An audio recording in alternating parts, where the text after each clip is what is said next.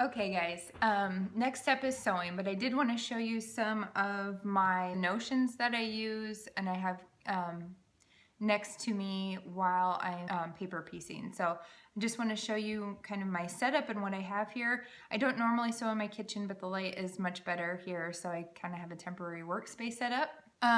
All my template pieces in fabric, but this is what I have for the actual sewing part. I've got a 28 millimeter small rotary blade, which is handy for trimming around pieces. I have got a seam ripper. You're not gonna need this. Just kidding, always have a seam ripper around. This is critical.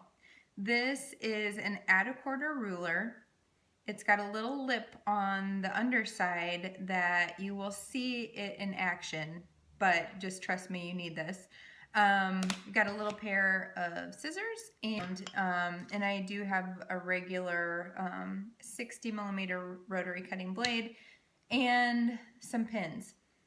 I'm just using the materials I have. If I would suggest getting fabric, like a fabric glue stick.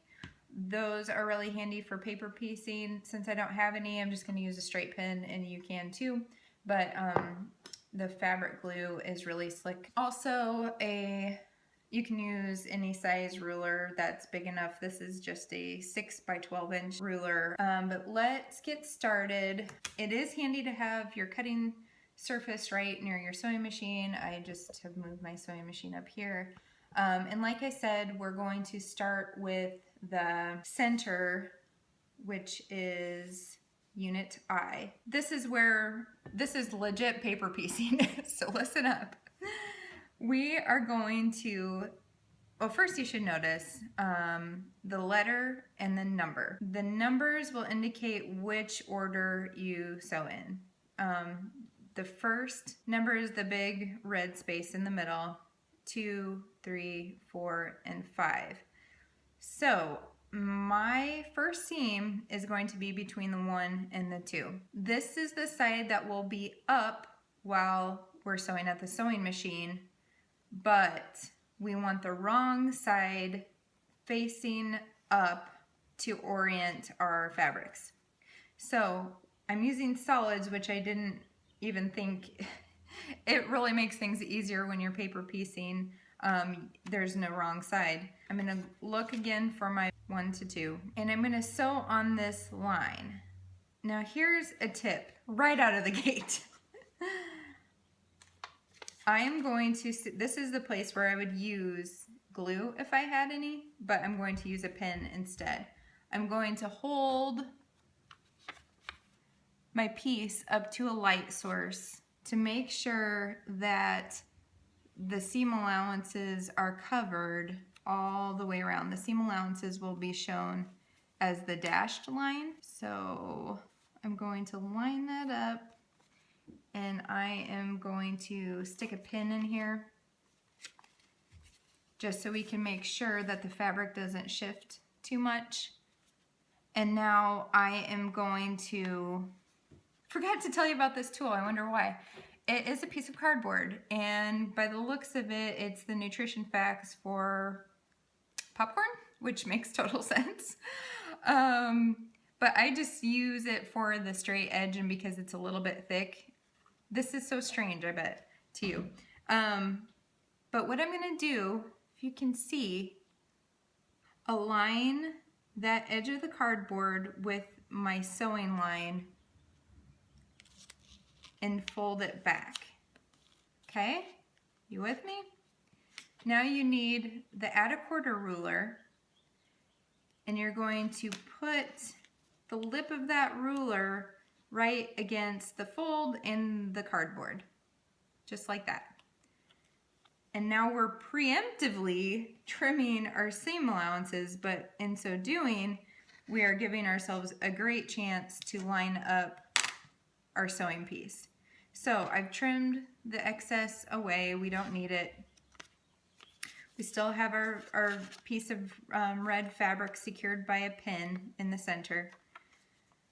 Now I'm going to turn this over so the fabric is facing me, and I'm going to align the orange triangle, orange because we marked it, and we're going to align that edge with our pre-trimmed edge of the center, the red fabric. So I am going to come back over here to the sewing machine and I'll show you what to do next. I've got my edges aligned and I'm going to carefully hold this and flip it over and line up my needle with the solid line between pieces 1 and 2. Now is a good time to tell you to shorten up your stitch length on your machine.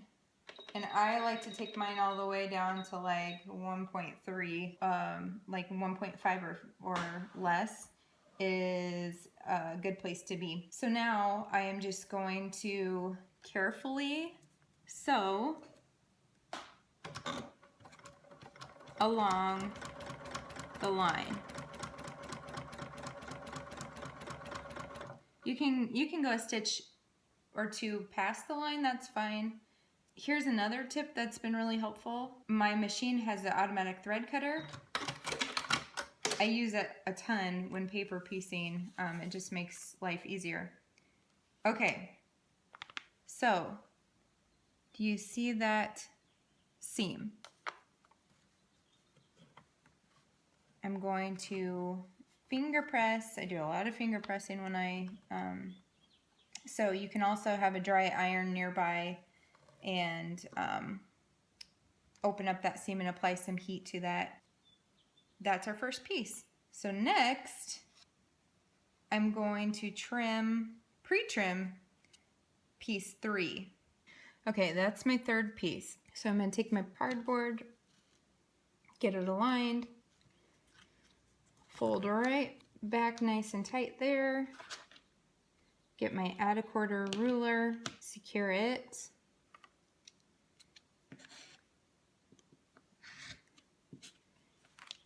pre-trim, get my orange piece, turn it over, line it up, and then carefully take it to the sewing machine. Going to align it with my needle, start sewing directly on the line, stop, clip my threads, and press. Okay, so we've got pieces 1, 2, 3. Next is 4. Got my little cardboard guy. Folding it back, adding the add a quarter, pre-trimming, finding an orange triangle, aligning it. You'll notice I'm trying to do my best angle aligned. You wouldn't want to match it up here, for example. You'll want extra on either side, just center it as best you can. And then I'm going to carefully turn it over. Okay, I'm aligning the needle with the solid line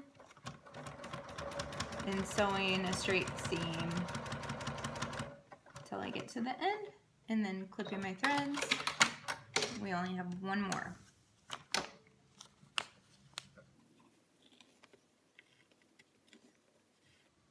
Okay, last piece, piece 5.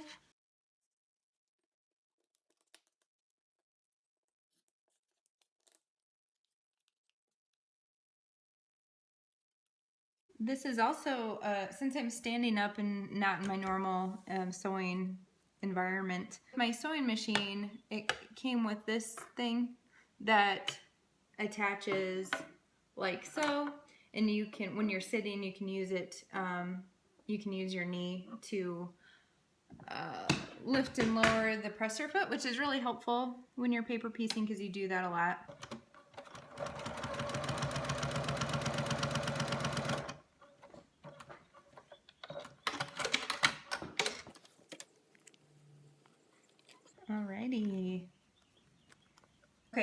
is where we clean it up. I am using my ruler and I'm aligning the 1/4 inch mark along the solid line, and I'm using this little rotary cutter. You can use your larger one. This one just has had a lot more paper piecing experience, so it's cut through paper and fabric, so I don't really want to dull up my bigger blade, but you could use either one. Align the 1/4 inch of your ruler to the solid line of the template piece.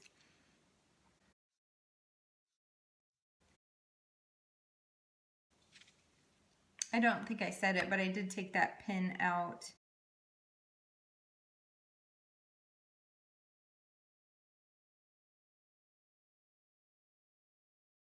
Okay, that piece is done. Now there's not any other ones like it, so that you can just put that in the center and wait for it to join the others. But that was your first paper piecing experience, and I hope you did well.